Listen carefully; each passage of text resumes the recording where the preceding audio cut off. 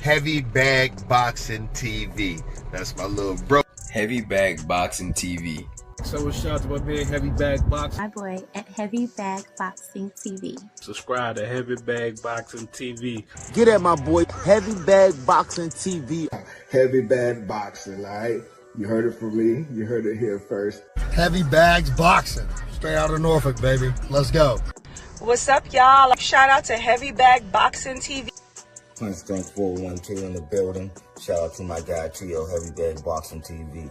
Get your bitch ass in here and hit this bag. Just go ahead and subscribe to Heavy Bag Boxing TV because he be lit on his channel, no cap. You are now watching Heavy Bag Boxing TV. Hit the bag. Shout out to Heavy Bag Boxing TV. Get in here and hit the bag, baby.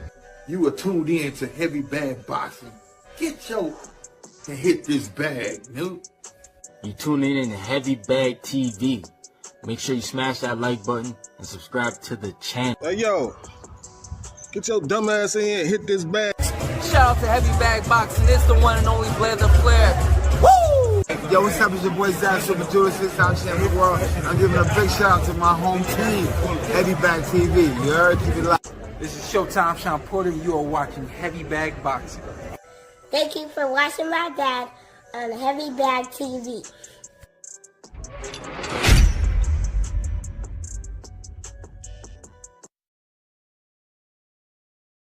Now playing the hardest stream to watch. You've seen him, you know how strong he is. You can't win! He's one of a kind, man. You do not understand what we're dealing with. Mama, there goes that man. You see, he's not a machine. He's a man. Half man, half amazing. You ain't the motherfucking man no more. I'm the one. You can't treat him like any of the other niggas around here because he ain't like any of the other niggas around here. You got it? I built this shit. Me. Brick by brick. This nigga here? That nigga there. Ladies and gentlemen, surprise motherfucker. You too. Yeah, boy. What up, what up, what up, what up, what up? What up, YouTube? Big T.O. Heavy Bag TV. Oh, man, get your goofy ass in here and hit the bag. Back like we never left. Good morning. Good morning. Good morning. It's the aftermath, man. The Ring 3. And in my opinion, all that shit delivered, nigga. But first, I want to make sure y'all bring the hate with you because you know you guys are haters. You are a hater. And I want to welcome everybody to the Player Haters Ball. Oh, man. Hey.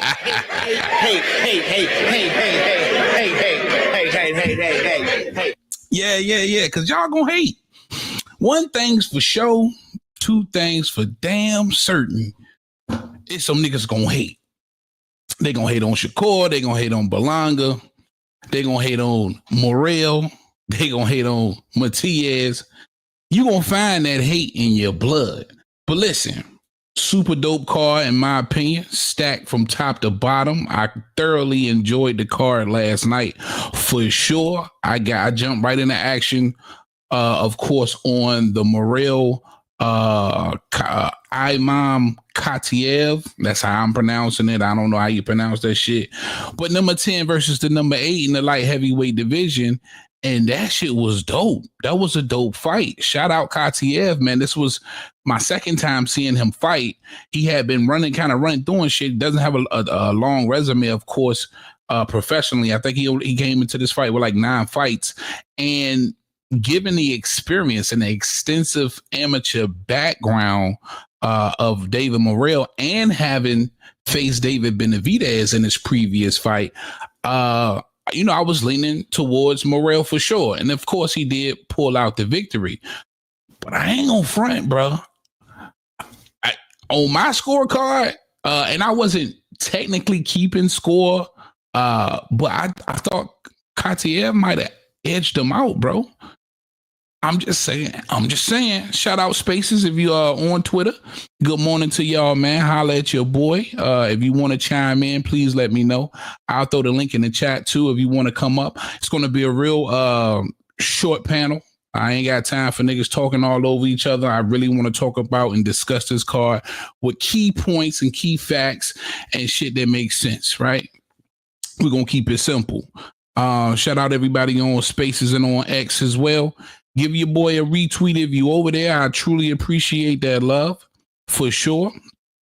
And listen, if you coming in here and you talking boxing this morning and you rocking with your boy and you want to get it off your chest for sure, but smash the like button. Least you could do if you're peeping in, smash the like button.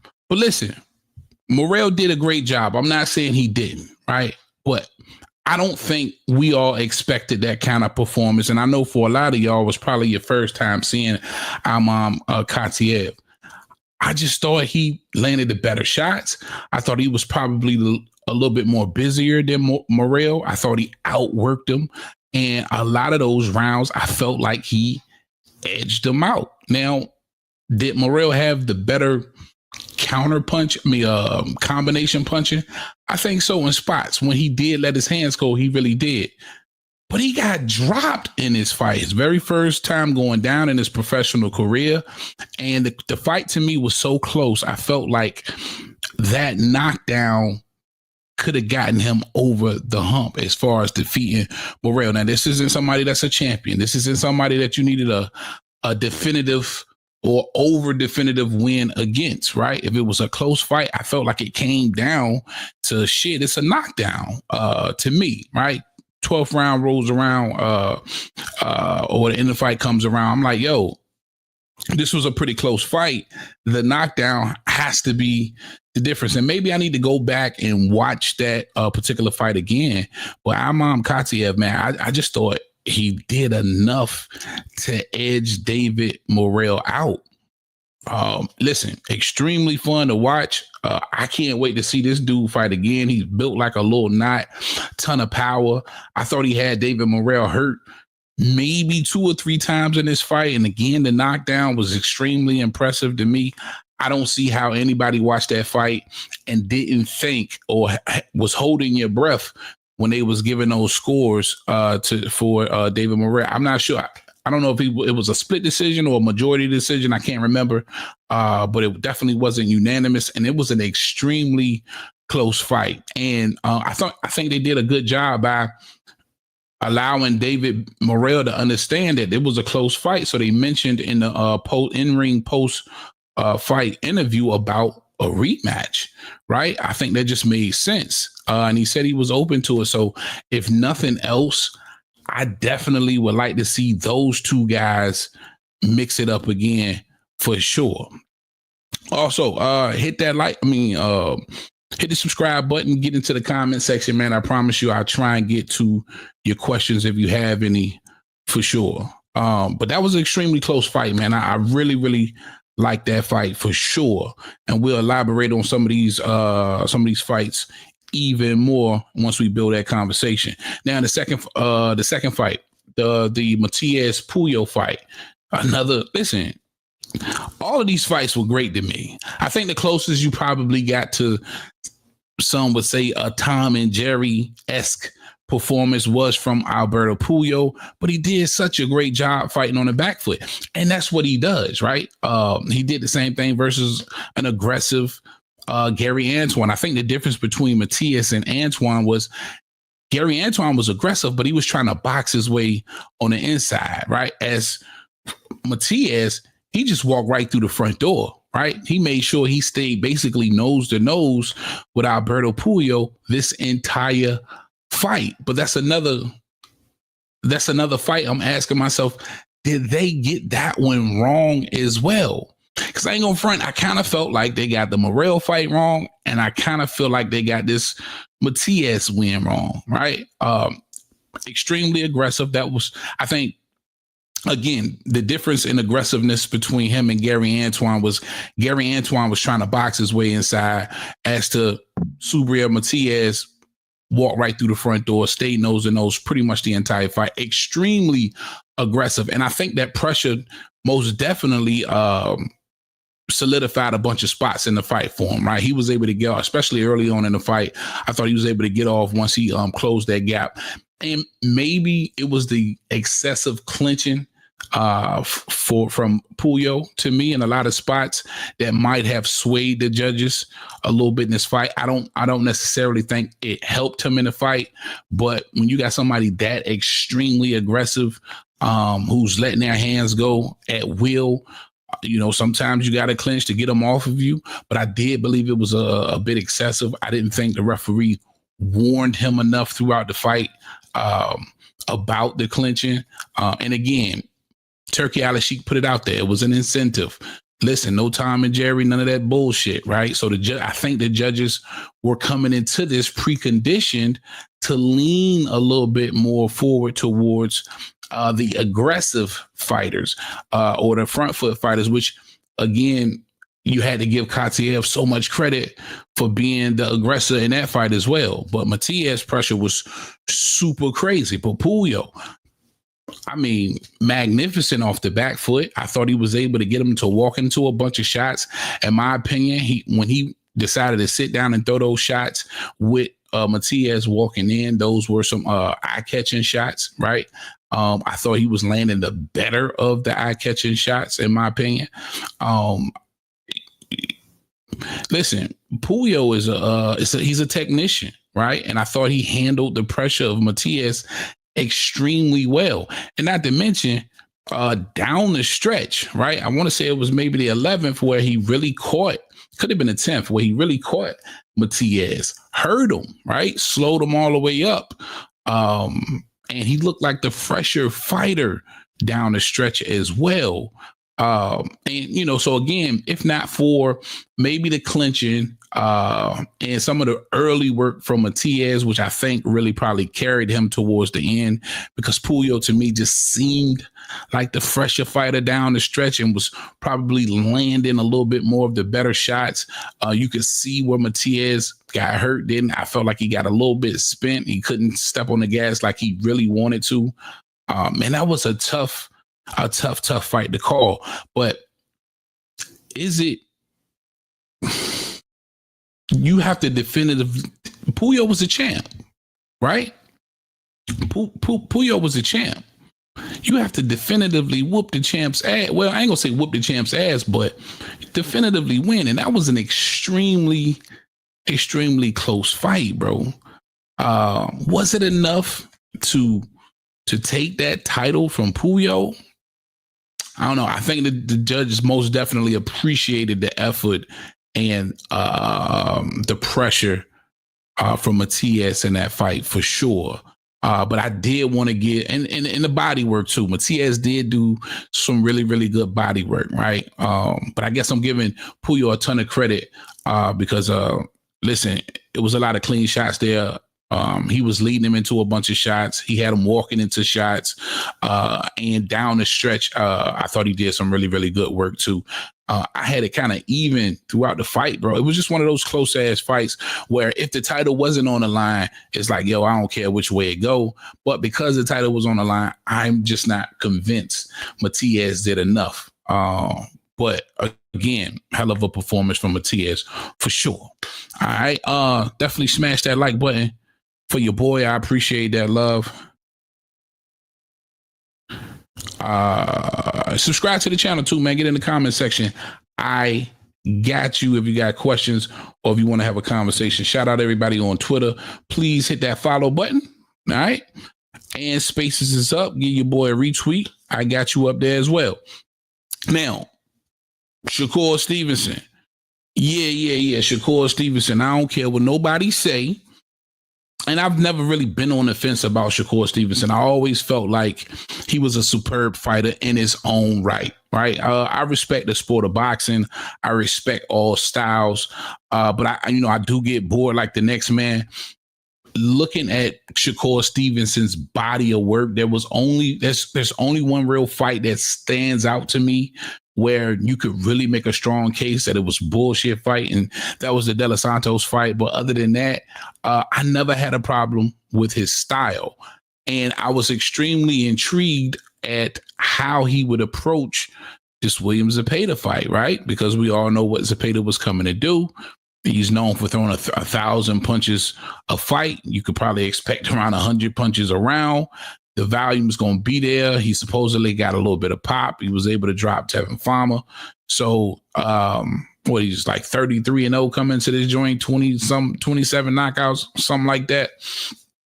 So you really thought, and listen, this was the biggest stage and the biggest fight of Shakur Stevenson's life. He comes out rocking the Tom and Jerry hat, right? And I didn't think that he would keep his foot inside the tire pretty much the entire fight. I'm not going front. I thought at some point Shakur Stevenson was going to refrain to what he knows. And that's, moving, sticking and moving, setting traps, using his legs, using that footwork. Listen, when he's in his defensive bag, he's the least hit fighter in the sport of boxing. I think that's been proven statistically. He's a brilliant defensive fighter, right? He's not known for his offense, but for his defense. And that's how some fighters are brung up, right? It's extremely important that you don't take no shots in the amateurs, right? You want to score. You don't want to get scored on, right? And that sticks with a lot of fighters. And I believe Shakur was one of them. And on top of that, again, some fighters, they just want to protect their faculties at the end of the day. And again, I just respect it at the end of the day. Whatever your style is, I respect it. My favorite fighter to watch over the last 2 to 3 years, well, I'm going to say 3 to 4 years now, has been David Benavidez. A completely different style. It's action-packed. It's hard not to watch that and not love it, right? Of somebody that big letting his hands go, ton of action. But a Shakur Stevenson style, I appreciate it at the end of the day. I thought the Padley performance was great, the Oshino. Then you go back to the Jamel Herring, the Valdez performances. These are all great performances from Shakur Stevenson. The stigma got put there, of course, with the De Los Santos performance, right? But now, Turkey Al Sheik, he asks you, listen, no Tom and Jerry, right? If you guys basically want to stay in my good graces, you want to continue to get these paydays, right? I'm asking you, cut that shit out. Cut the bullshit out, right? Leave it all in the ring. Shakur took heed. And he could have very well said the hell with everything, came into this fight and did what he does. And I think if he actually boxed Williams Zepeda, it wouldn't even have been a contest, right? It would have been a one-sided wash. But he was up for the task. He came into this fight knowing that he was going to stick his foot inside that tire and keep it there. So for doing that, for trying to prove a point, and for me, he proved it. No ifs, ands, buts about it. If for you, he didn't prove it, I don't think you like the sport of boxing. I think you probably got favorite fighters, but you don't appreciate the sport of boxing. Because for somebody who typically doesn't fight in that style, to take that challenge on against an opponent like a Williams Zepeda, which I know a lot of people don't hold in high regard, but this is the number one contender across the board. This guy is throwing 1,000 punches around, right? This is a high volume, undefeated fighter with over 25 knockouts, I believe it is. That's a hell of a gamble if you Shakur Stevenson. And I guess for him, he didn't see it as a gamble because he went in there and he did exactly that. To me, all of the questions got answered. I'm not sure how you guys feel. Definitely want to know how you feel about it.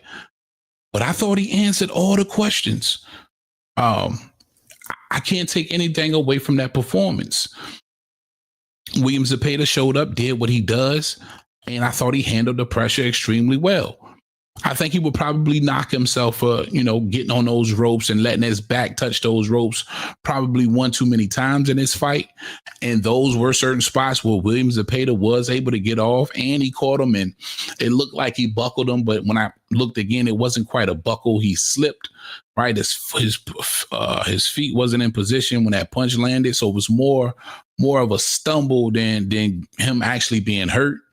But outside of that, a lot of arm shots.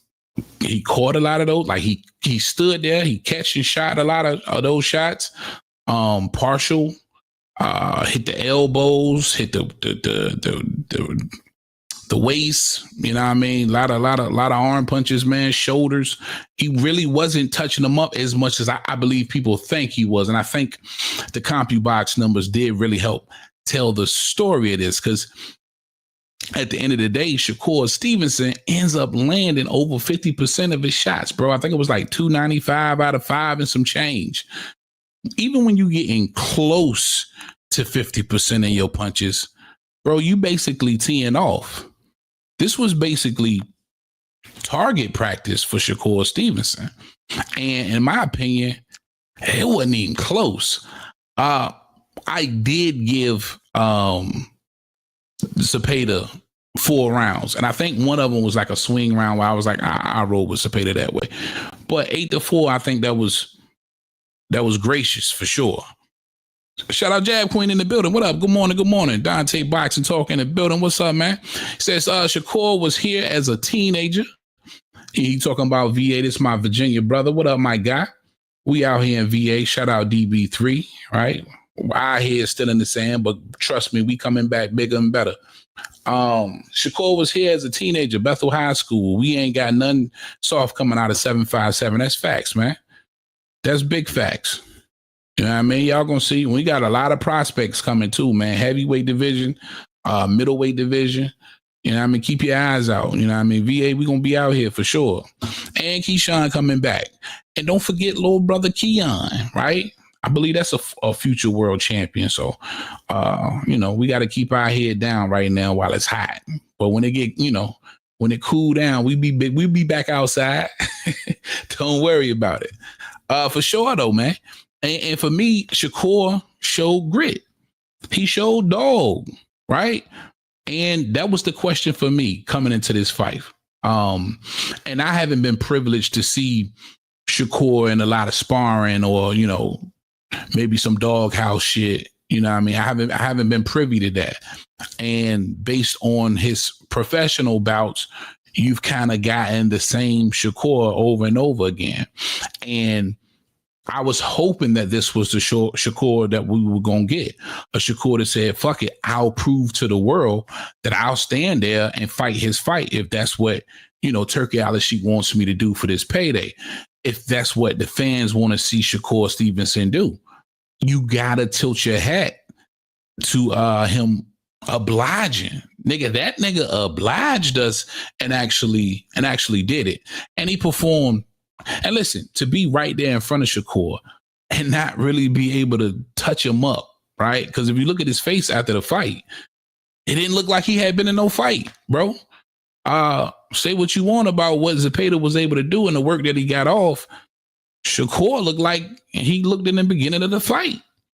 And he stood right there in front of him and he was still extremely elusive. William Zepeda still had the hardest time in the world touching this guy with him right there in front of his eye, right in front of him. There's no way in hell William Zepeda shouldn't have been landing at least 40 to 50%. As many punches as he throws, right? It just makes sense. But nah, bro. He stood right in front of that guy. Black Moon, I appreciate you, bro. I see you. Thank you, bro. Far too kind.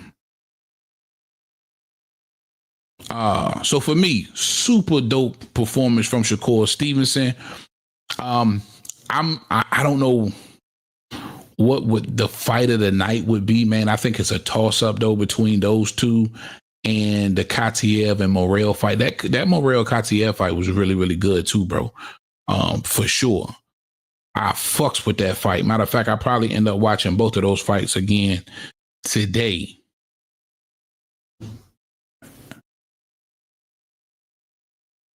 Yeah, I probably end up watching both of those fights again today. But Shakur answered all of my questions. I don't know about y'all. I don't know what kind of questions you had about Shakur coming into this fight. And again, the biggest fight of his life on the biggest stage, the number one guy across the board in the William Zepeda, arguably, you know, outside of a Tank Davis, and you know I ain't too high on Tank Davis these days.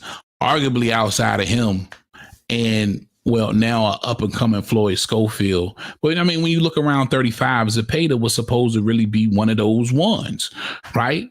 Who has a better win at 35 on their resume better than a Zepeda? And I would love to hear that. Put it in the chat. Holla at your boy. Get with me on Spaces.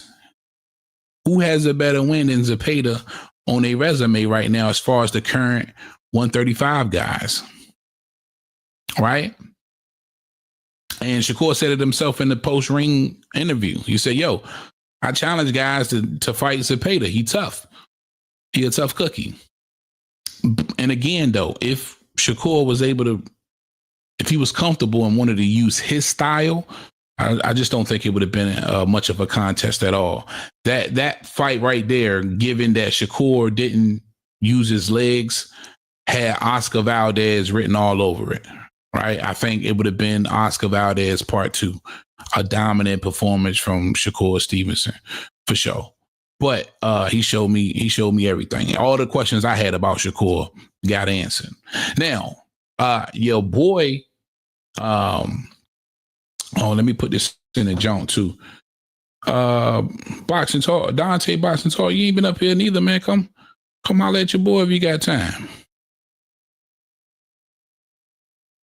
Put that in there, man, just in case somebody want to come up here and holler at your boy. Your boy Berlanga, though? Your boy Berlanga?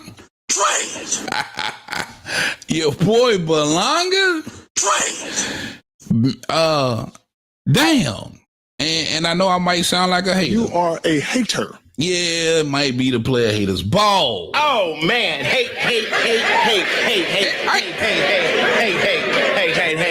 I got it in my blood. I ain't gonna front. It's in my blood. Cause with Berlanga, man, I just felt like, you know, the whole Canelo parade and the King of New York, and you know, like he was trying to be bigger than life. And bro, you have accomplished absolutely nothing in the sport of boxing. And that's hard.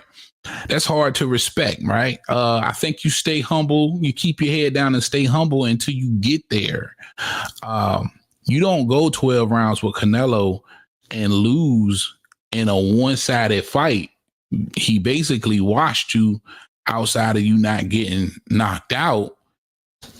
Then have a parade off the loss, beat a bum down there in Florida, and then this the kicker for me, bro. This the kicker for me.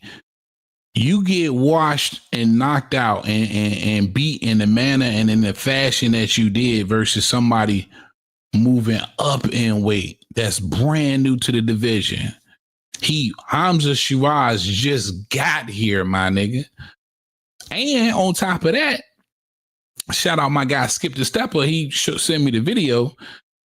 Them niggas had a $250,000 bet on the fight. You bet this man and shook this man's hand for $250,000 on the fight out of your purse. That's nasty work. And then you at home in New York, headlining at the crib in New York, and you really ain't done nothing in the sport of boxing. Which still kind of weird to me because Shakur's a 3-division world champion. Berlanga's done absolutely nothing, and he headlined, I guess, because it was New York, his hometown. I don't know. It just didn't make much sense to me, and he had a Canelo fight. But man, I just didn't see no humility, not being humbled. And listen, don't get me wrong. I love the big egos, the flash, the bravado. But I think you got to work your way there first. You got to actually accomplish something first, and then you can kind of take on that moniker, right? Sort of like when Pretty Boy was Pretty Boy before he was Money May. Pretty Boy went in there and whooped Oscar's ass. He accomplished a lot, and then you got to see him transform into that type of celebrity flashy and all of that. Like you skipping you skipping steps, my nigga. Shout out Dante's Boxing talking in chat. He says Zepeda a tough fight for a lot of them guys. Facts, bro. Facts. That's real rap. Yeah, I mean, I would love, just like De Los Santos, man. I'm so mad we didn't get that Keyshawn fight, bro. Go, because I really wanted to see De Los Santos. And now that it's crazy, because now that De Los Santos, and I just thought about this perspective the other day, and I think I said it before, but now that De Los Santos pulled out of that fight, there's a lot of promoters going to be reluctant to want to make a fight with him, because now you got to think, if something goes wrong, right, that's out of their control, and it's up to De Los Santos to make sure the card carry on, you can't depend on him. You can't trust him at the end of the day. This nigga might pull out on you on some technicality type shit like he did with Keyshawn, right? Matter of fact, that was the first fight that I can remember where a nigga missed weight and the guy still didn't take the fight. And I think that's why he came out and made that statement, like he fired his team because he really wanted to fight. Because, bro, when the next time you going to make, almost $500,000 and get a world title shot? De Los Santos might disappear into obscurity by the time we even hear from him again. Oh, God. I don't even want to think about it, man. You's a dumb motherfucker. But, yo, shout out Jag Queen. She said, nah, it was because it was BC of BC. He a ambassador. Oh, nah, it's because he's an ambassador. Who? Oh, Hamza Shiraz. I think you're talking about Hamza. Yeah, I think Hamza's an ambassador. I don't know if I don't know if Berlanga's an ambassador. And now he fucked himself up too. Because now think about this perspective. I'm hitting y'all with some crazy shit, but I'm thinking though. You got Berlanga, who Top Rank built him up. He went like 16-0, 16 straight knockouts and all of that. That's when you first hit him with Top Rank. He pulls out of the Top Rank business. Boom. I'm done with y'all. Appreciate what you done for me. Signs with Eddie Hearn. Eddie Hearn gets him the Canelo fight. And then boom, I'm out of the Eddie Hearn business. I appreciate you. I'm done with y'all. I'm a free agent now. Now, as a free agent, you done already lost to Canelo Alvarez, right? And now you lose to a newcomer in the division in the Hamza Shiraz. What does that leave you? Like, what promoter is going to be willing to jump back in bed with you, bro? Like, you just got washed by a newcomer. And that 8 pounds made a difference. I don't know about y'all, if y'all saw that Carlos Adames fight with Hamza Shiraz. He struggled with that weight. He looked a little frail, and I think that's why he immediately moved up. I feel like the fighter in him wanted to get that rematch because he was gifted a draw. I feel like he should have a blemish on his record for sure.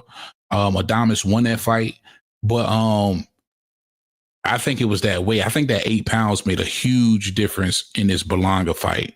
And shout out Andy Lee, man, showing you how the little niggas apply that power. I don't think a lot of people was expecting Hamza Shiraz to knock out Edgar Berlanga. It was crazy work for sure. Berlanga, Dante's Boxing Talk, he says, Berlanga going to be on Pro Box now. For sure. Pro Box gonna have one of them like $100,000 checks for him, bro. You know what I mean? And he can get a main event with Pro Box, bro. I don't know how big the budget and got. Well, shout out. Matter of fact, shout out Pro Box TV though. Right? You know what I mean? Like, I appreciate Showbox. You know what I mean? I was covering y'all new favorite fighter and a Lamont Roach on Pro Box. with his title defense against Macquarie. If y'all can remember, some of y'all niggas don't know nothing about that. You know what I mean? But Pro Box TV doing their thing, man, they coming up. But yeah, this nigga could end up on Pro Box. Hey, I'll tell you boxing talk. That was some hating shit. You a hater. You are a hater. Yeah, let me let it ring. Oh man, hate. That was hate. Hate. Yeah, nigga, that was hate.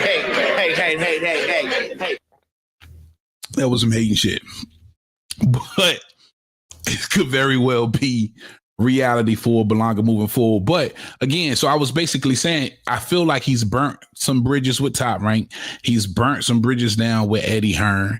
And now, like, you know, nigga, you lose to Hamza Shiraz. So to me, I don't even got you cracking top 10, or maybe you at the very bottom, and it's going to take a couple of fights, maybe at least 3 fights to get you all the way back. And then you big as shit. Like, how long is Berlanga, who is coming in at 193, 194 fight nights, going to be at 68, right? You definitely supposed to be at 75. Him and Shiraz for real. I don't know.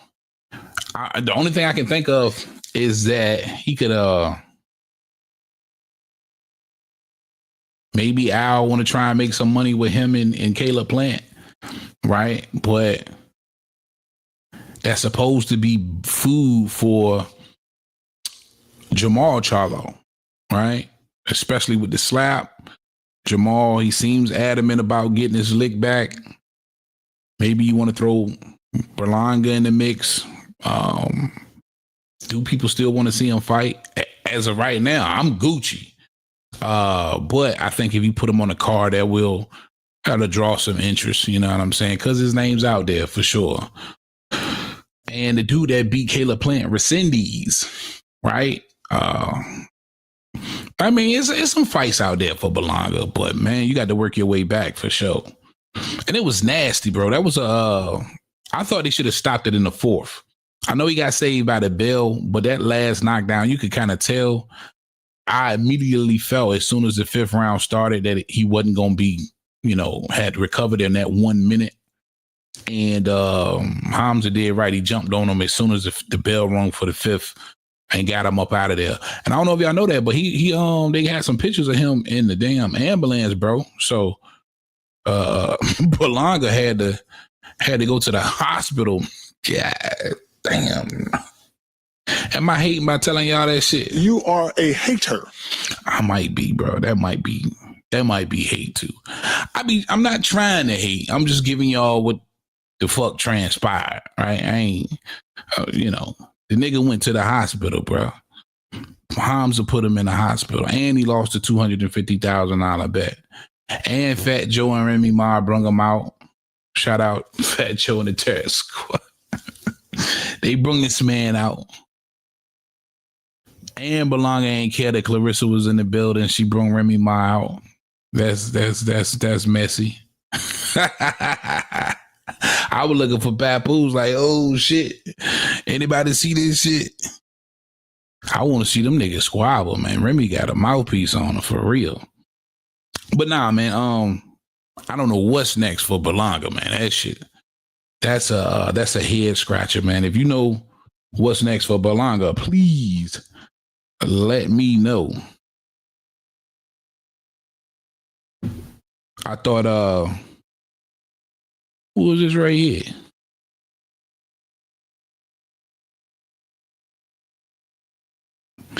Oh, that's business.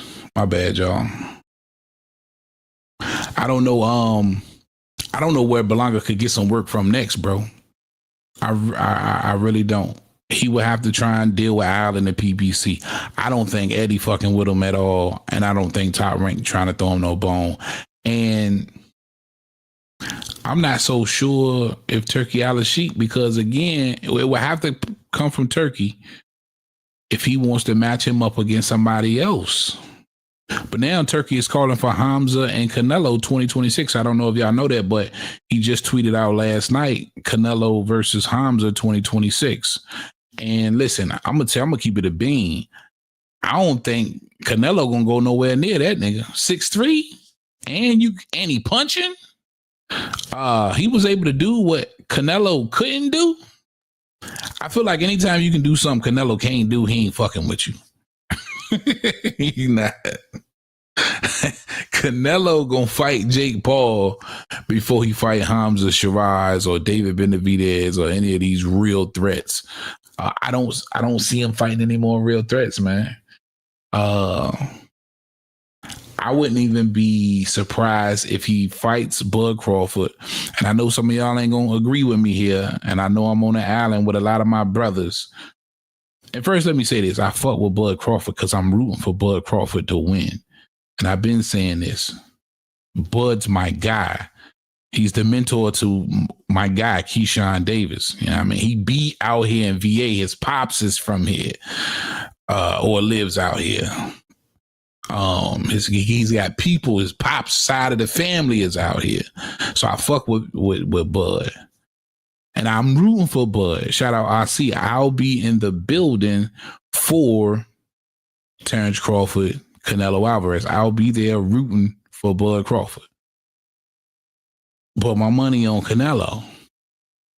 And if Canelo, gets after the Bud fight, if he don't fight somebody like a Jake Paul or another bullshit fight, I just don't see him fighting those guys.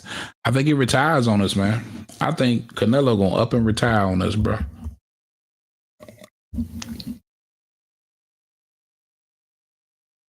Yeah, don't be surprised. Because he's only getting older and weaker and more trash. If he doesn't do like the Dimitri Bivol, because it'll be somebody like a Bivol who don't have a ton of punching power, right? Only got like 11, 12 knockouts. He was never hurt in that fight. Bivol just outboxed him. Not a lot of danger. Canelo don't really typically step in there with guys with a ton of danger, with a ton of power, except for the Triple G fight he gave us, and that was a older Triple G, even though he was still punching. But outside of that, I don't see it happening. That's hard. That's hard to see. But yeah, man. All right, we got 22 of y'all in here. Hey, look, smash that like button too for your boy real quick. I know you niggas don't like hitting that like button.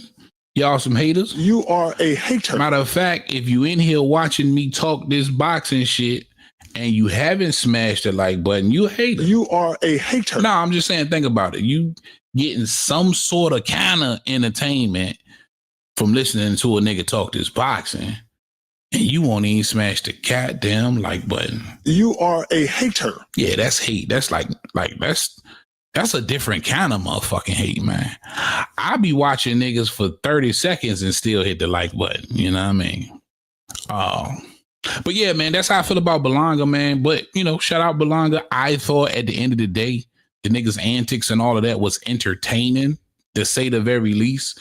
But I never thought of him. And that's why I say exposed.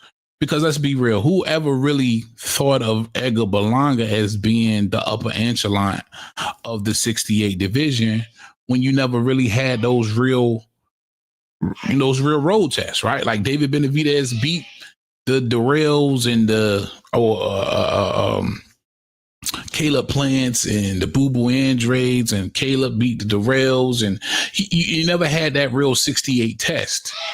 But you do manage to go 12 with Canelo, all right? So I guess going 12 with Canelo automatically makes you something. And now this is a different perspective because Hamza comes in and in 5 rounds make you look like nothing, right?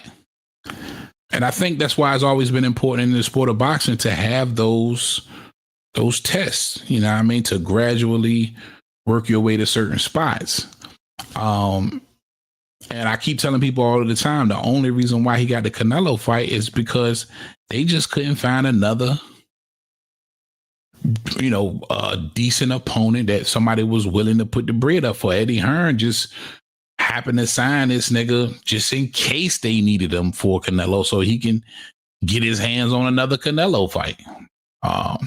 I mean, that's my opinion. I could be dead wrong, but that's the way it looked like it played out. So for me, I just never thought, or I never had enough evidence to say that Edgar Berlanga belonged there, right? And I was giving him all the chances in the world. But I think for this fight, this was an eye opener. All right, so I'm gonna recap, man, because I ain't gonna stay here all day. Damn, it's been almost an hour already. The Morrell Katiev fight. I'm finna watch that again. Super dope fight, close fight. I still think Katiev probably should have gotten the nod. If it was up to me, I would have leaned that way, especially with no title being on the line. I just think he outworked Morrell in that fight for sure. Way better eye-catching shots. I just thought he did enough, right? Just outworked him. That's what it boiled down to. A close fight, but I thought he outworked the Cuban. Puyo, Matias. I just thought the back foot boxing from Puyo was enough. The better shots, the better eye-catching shots. He had him walking into stuff now. Extremely aggressive from Matias. I thought he did a great job staying nose to nose with him. Good work early. But Puyo had a ton of good work early as well. And he finished strong. Some of those middle rounds were toss-up rounds. I think you just had to do a little bit more than what Matias did in order to beat the champ. So I would have leaned towards Puyo in that fight. I'm just saying. Don't shoot the messenger. I'm just saying. Coco in the building. What up? What up, baby? Uh-oh. Why do I feel bad for Berlanga? Dude went out sad. He did. Yo, shorty, he did. He went out bad, bro. And when you look at it, when you really look at it in its entirety, right? When you look at Berlanga in its entirety, he was in his hometown. He was in New York. He's from New York. You get blessed to be the headliner. You talking all this smack with Shiraz. You bet $250,000. You do this press tour. You going in on Hamza. You throwing wigs and money at Oscar. You know Oscar on social media going crazy on Berlanga right now because he went ham on Oscar. And now you're a meme. Bro, I seen about 5-6 different memes this morning of Berlanga off the rip. So I understand why you could feel sad for Edgar, man. It's gonna be a hard road to recovery for Edgar Berlanga. But more importantly, Coco, I would love to know who's going to put him in a position for a fight next, bro. Again, you burnt the bridge with Top Rank. You burnt the bridge with Eddie. You're a free agent. You lose to a newcomer at 160. Like, you cook, bro. You cook. Like, who's going to give you a bag now? Outside of Turkey Al-Sheikh trying to feed you to somebody. And there's plenty of matchups you can have moving forward on these ring cards or Riyadh cards without Edgar Berlanga. So he might just be cooked. Damn, Berlanga, you cook. Am I a hater for that shit? You are a hater. I'm just saying, bro. I'm just saying. Don't feel bad for that nigga, though. He was too brash for his own good, bro. You know what I mean? He the one, he put himself here. Him and that big mouth put himself here. She say, I agree, Morrell and Matias fight were close, but they got edged out. Yeah, man. Yeah. So that was what I was recapping the Morrell fight, man. I felt like that was a gift. And some might even feel like it could have went either way with that fight. But the Matias fight, you got to really, to me, I always believe that you got to beat the champ, right? You got to beat the champ. It can't be one of those fights where you feel like it could go either way and the champ not win. And in this fight, I honestly felt like it could have went, if it wasn't a title fight, I wouldn't have been mad if it went either way. You know what I mean? But being that it was a title fight and Puyo's the champ, I'm not sure Matias did enough, especially down the stretch. It was a close fight through and through. But I think Puyo really held up down the stretch too, which was impressive. And he hurt and slowed Matias down in that 10th and 11th. You know what I'm saying? So, man, Puyo's a hell of a fighter, bro. And I was rooting for Matias. You know what I mean? So I'm just keeping it the bean. I'm calling it straight down the middle. I was rooting for Matias. Like, Matias good for the sport, nigga. You heard what he told Turkey Al-Sheikh. He said, you want exciting fights? I'm here. I'm here now. He told Turkey straight up in the ring, and he ain't got no problem. Who's the kid? He said they announced that fight right in the ring. Shit. What's the white boy name, man? He fighting him next in November. And I like that. You know what I mean? Matias is exciting. But I still feel like Puyo did, or Puyo, however you want to pronounce it, did enough to keep his title. But shout out Matias, man, 2-time champ now, baby.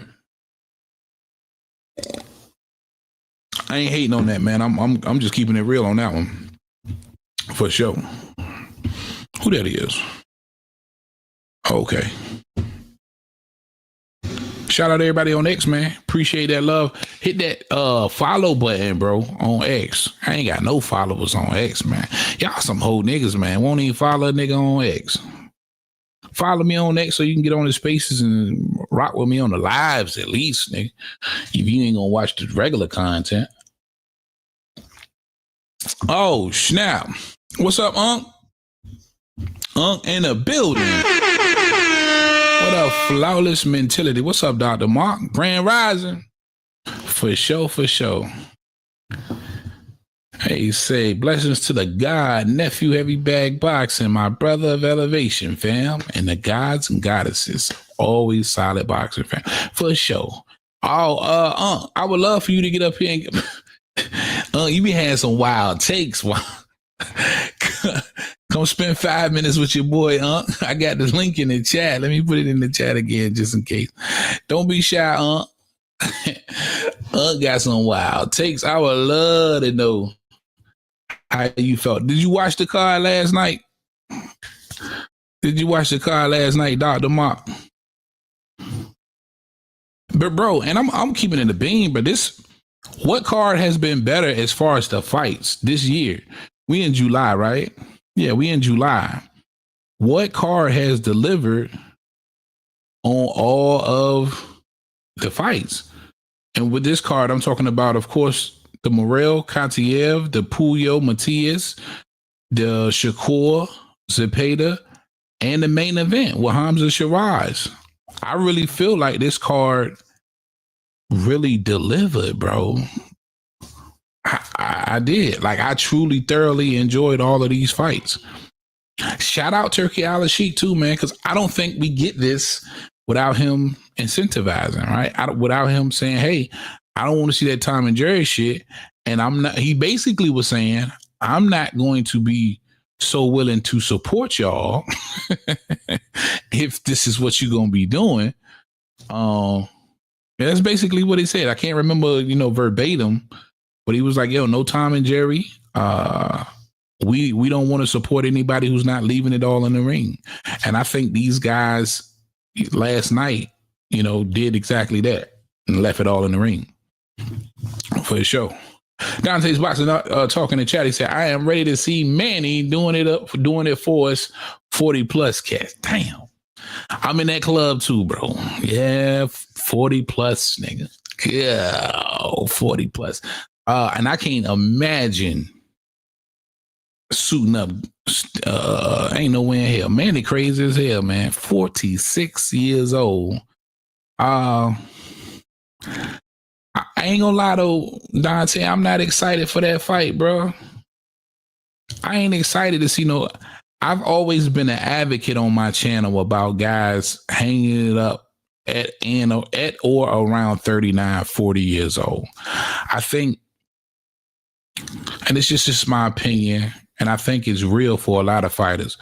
But at that point, bro, you really pass your prime.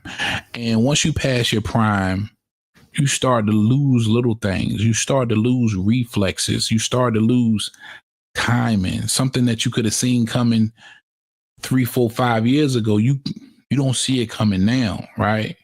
You lose some of your quickness, your speed. It's extremely hard to get in there and be competitive. And then you jumping in there with what? How old is Barrios? Maybe 30? Early 30s, late 20s? I think Barrios been around a while, so he might be early 30s. To get in there at 46 years old, you definitely passed your prime. It's not like your phone haven't been cracked in the past. Pacquiao has been knocked out. And what he was able to do versus a Keith Thurman, it was remarkable for sure. But how likely are you to repeat that history? And, you can never tell somebody when they done, but I see the constant reminders when you look at the Riddick Bowes and you look at the James Tonys, that, at 46, man, 10 years from now, Pacquiao still be relatively, a young fella, a young man. I ain't gonna say young, but 56, you want to be nice and healthy and enjoying life. And nigga, you could be over there barely getting words out.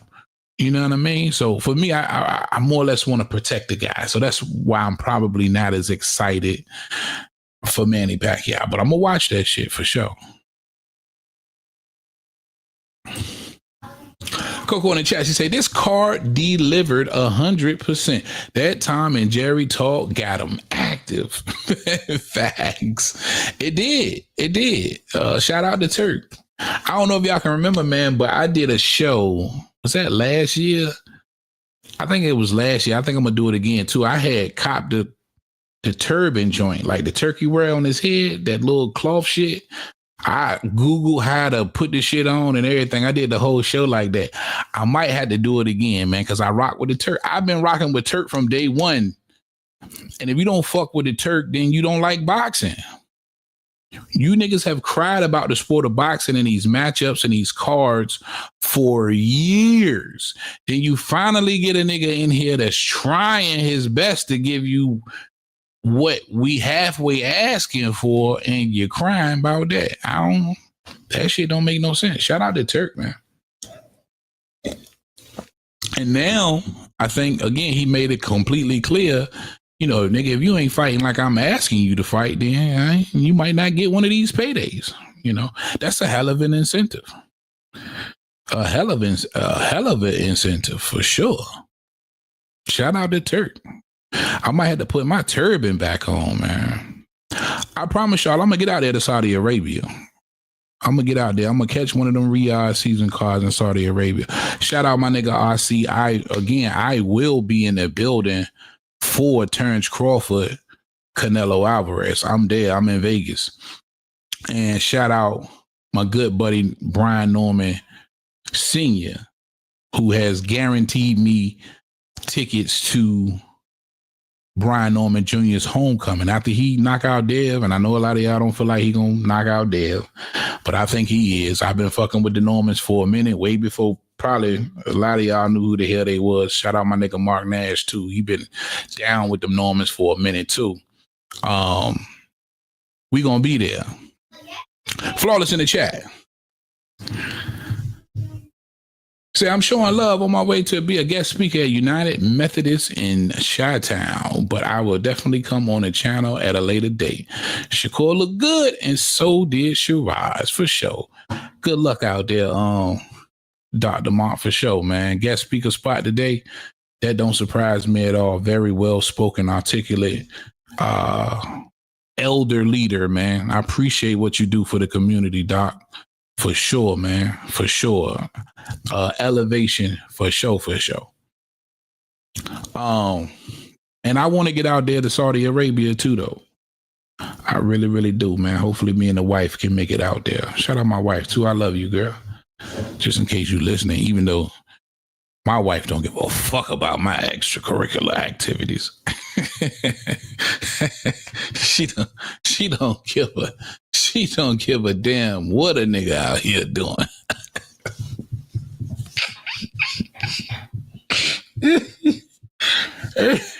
Long as the crib's straight, she good. You know what I mean? Nigga, she don't give a damn what a nigga got going on out here extra. You know what I mean? I don't even know if she know the name of the damn show, nigga. I've been doing this shit like 3 years, 3.5, 4 years. I don't even think she know the name of the show, nigga. Matter of fact, my wife is a damn hater. You are a hater. Yeah, let me let it ring for my wife. Oh man, hey.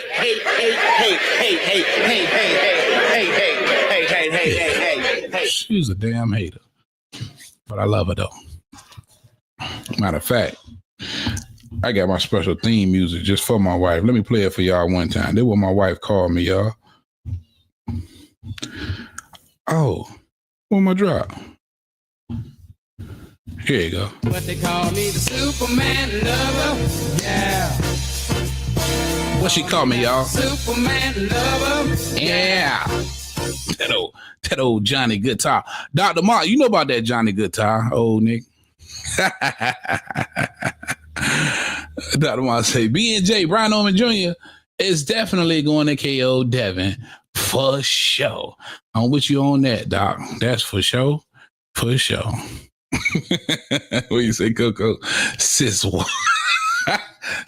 is wild. Yes, she is, man. She's wild.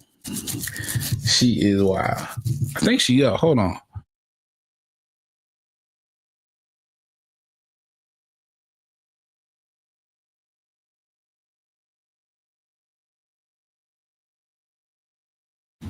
Bring your ass here real quick.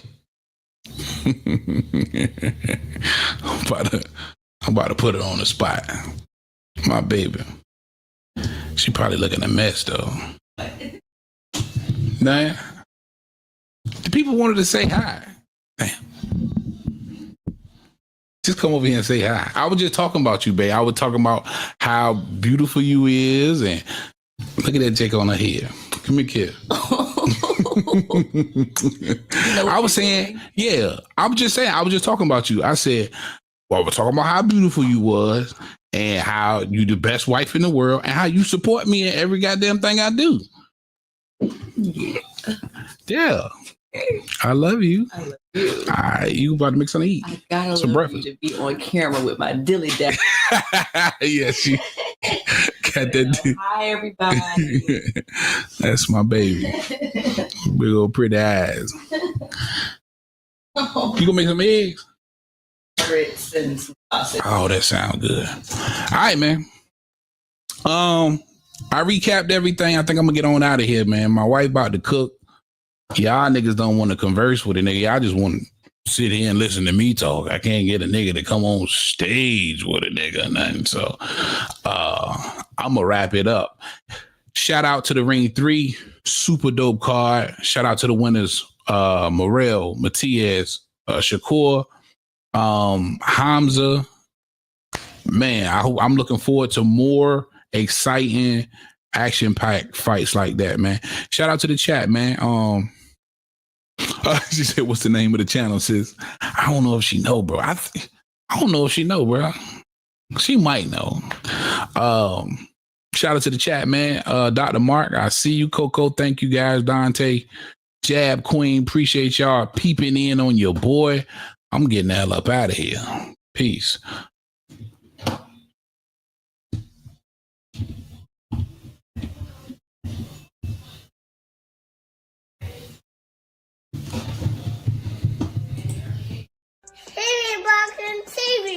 Heavy Bag Boxing TV. That's my little bro. Heavy Bag Boxing TV. So a shout out to my man Heavy Bag Boxing. My boy at Heavy Bag Boxing TV. Subscribe to Heavy Bag Boxing TV. Get at my boy Heavy Bag Boxing TV. Heavy Bag Boxing, all right? You heard it from me. You heard it here first. Heavy Bags Boxing. Straight out of Norfolk, baby. Let's go. What's up, y'all? Shout out to Heavy Bag Boxing TV. Flintstone 412 in the building. Shout out to my guy T.O. Heavy Bag Boxing TV. Get your bitch ass in here and hit this bag. Just go ahead and subscribe to Heavy Bag Boxing TV because he be lit on his channel, no cap. You are now watching Heavy Bag Boxing TV. Hit the bag. Shout out to Heavy Bag Boxing TV. Get in here and hit the bag, baby. You are tuned in to Heavy Bag Boxing. Get your and hit this bag, nigga. You tuning in to Heavy Bag TV. Make sure you smash that like button and subscribe to the channel. Hey, yo. Get your dumb ass in here and hit this bag. Shout out to Heavy Bag Boxing. It's the one and only Blazer Flair. Woo! Yo, what's up? It's your boy Zach, Super Judas, 6-time champion world. I'm giving a big shout out to my home team, Heavy Bag TV. You heard? Keep it live. This is Showtime Sean Porter, and you are watching Heavy Bag Boxing. Thank you for watching my dad on Heavy Bag TV.